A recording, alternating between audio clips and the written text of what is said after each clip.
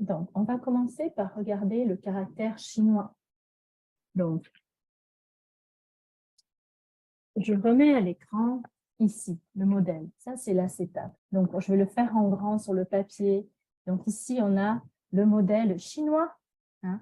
Donc, on a vraiment en écriture traditionnelle chinoise. Comment on écrit le da, comment on écrit le ai. Et Maître Sha, en Ibiza, le da devient ainsi, le ai devient ainsi. Donc, on va juste un instant repratiquer un peu le da et ensuite voir les 3 niveaux du ai pour nous assurer que vous avez chaque partie bien claire, hein, les 3 sections. Donc, alors, dans chaque calligraphie, il y a une tête, comme nous. Chaque caractère a une tête. Donc, une partie entre le diaphragme et le sommet de la tête, c'est cette partie-ci. Ensuite, entre le diaphragme et le nombril, c'est notre thorax. Donc, il y a le cœur. Et ensuite, entre le nombril et les pieds, il y a les jambes. Donc, notre caractère d'Aï, par exemple, est très clair. On voit bien que la partie tête, c'est du sommet du crâne jusqu'au diaphragme. Donc, ça, c'est la partie de la tête. Donc, ici, cette partie ici, c'est la partie de la tête. Ensuite, nous avons du diaphragme jusqu'au nombril, la deuxième partie, qui est la partie donc, du thorax. Et ici, du thorax aux pieds, les jambes.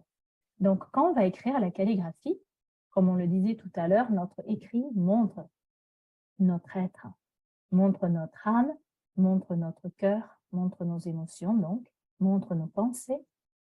Hein, est-ce qu'elles sont positives, négatives, comment on est généralement, de façon générale, et puis montre aussi notre corps, que l'on retrouve dans chaque caractère chinois. Par exemple, dans le da, c'est pareil. Le da a une tête, le da a des jambes, le da a un thorax. Il y a 3 parties. Une partie ici, la tête, le thorax, donc le cœur du da, et les jambes du da. Donc, chaque caractère va montrer dans quel état nous sommes, comment est notre âme, comment est notre corps. Hein. Donc, les problématiques se montrent. Et puis, si on va bien, ça se montre aussi. On voit quand c'est bien, quand c'est espacé, quand ça respire bien.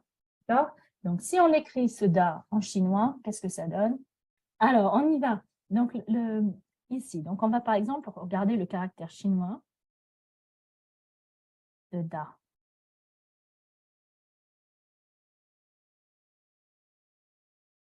Ça, c'est da en chinois. Donc, on le voit ici. Comment Maître Sha va passer à notre da. Donc, si on prend un carré, donc si c'est la zone que vous avez délimitée pour écrire, on voit que, eh bien, si ça c'est le milieu, je commence ici, parce que je pars des bras du da. J'appuie, je lève. J'appuie, je lève. Et j'appuie. Et je lui fais une jolie pied stable.